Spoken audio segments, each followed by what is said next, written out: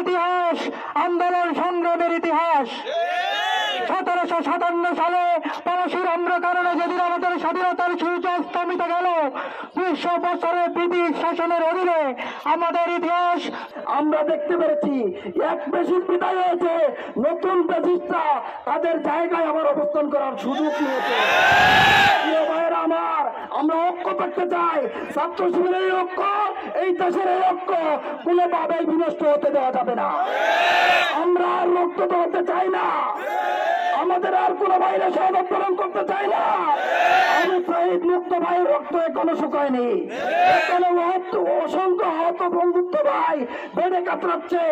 এই সময়ে স্বৈরাচার আমার নতুন করে মাথা দেওয়ার সুযোগ করছে। এই সুযোগ ইসলামী ছাত্র শিবির বুক পেতে তার মধ্যে সম্মুখ যুদ্ধে অবস্থান নেওয়ার জন্য অংশীদার করবে। আলহামদুলিল্লাহ রাব্বিল আলামিন। আসসালামু আলাইকুম ওয়া রাহমাতুল্লাহি ওয়া বারাকাতুহু।